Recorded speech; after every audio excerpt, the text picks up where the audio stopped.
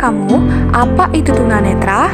Tunanetra merupakan kondisi ketika seseorang mengalami kehilangan penglihatan sehingga orang yang mengidapnya tidak dapat melihat dengan jelas dan akan memberikan dampak secara langsung maupun tidak langsung bagi perkembangannya. Dampak yang nyata dari ketunanetraan adalah keterbatasan atau kehilangan alat orientasi yang utama, kesulitan dalam melakukan mobilitas, dan kesulitan bahkan tidak mampu membaca dan menulis huruf bagi tunanetra yang sangat berat. Hambatan tunanetra. Kehilangan penglihatan yang dialami oleh penyandang tunanetra adalah kesulitan atau bahkan tidak mampu dalam melihat suatu objek dengan jelas, serta membaca dan menulis huruf awas.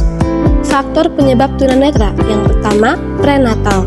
Faktor penyebab tunanetra karena adanya riwayat dari orang tua atau adanya kelainan saat masa kehamilan.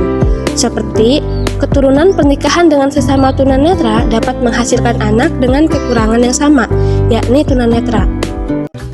Yang kedua, pertumbuhan anak dalam kandungan biasa disebabkan oleh gangguan pada saat ibu masih hamil, adanya penyakit menahun seperti TBC, infeksi atau luka yang dialami oleh ibu hamil, infeksi karena penyakit kotor, dan kekurangan vitamin tertentu dapat menyebabkan gangguan pada mata sehingga kehilangan fungsi penglihatan.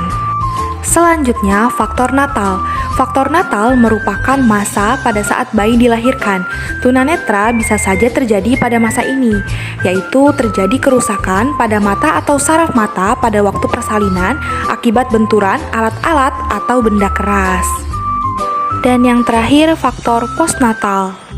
Postnatal terjadi ketika masa perkembangan seseorang atau setelah masa kelahiran.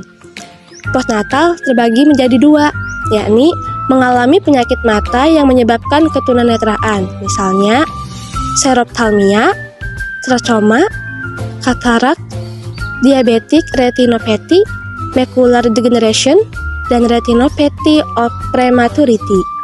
Kerusakan mata yang disebabkan terjadinya kecelakaan seperti masuknya benda keras atau tajam, cairan kimia yang berbahaya, kecelakaan dari kendaraan, dan lain-lain.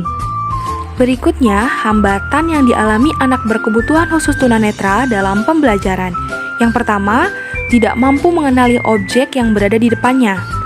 Yang kedua, kesulitan dalam mengenal atau menulis huruf dan membaca. Yang ketiga, keterbatasan melakukan perilaku sosial dengan benar. Selanjutnya, kebutuhan belajar bagi anak penyandang tunanetra. Anak penyandang tunanetra memiliki kebutuhan yang sama seperti anak-anak pada umumnya. Yang pertama, kebutuhan pendidikan. Anak penyandang tunanetra perlu diajarkan keterampilan khusus agar dapat melakukan pembelajaran yang tepat. Salah satu pembelajarannya yaitu mempelajari huruf Braille karena dapat membantu untuk membaca dan menulis. Yang kedua, layanan pendidikan. Layanan pendidikan tersebut harus disesuaikan dengan kemampuan yang dimiliki anak penyandang tunanetra. Selanjutnya, hambatan bagi guru dalam proses pembelajaran. Yang pertama, pembelajaran belum dilaksanakan dalam bentuk tim teaching. Yang kedua, kesulitan dalam menentukan metode pembelajaran.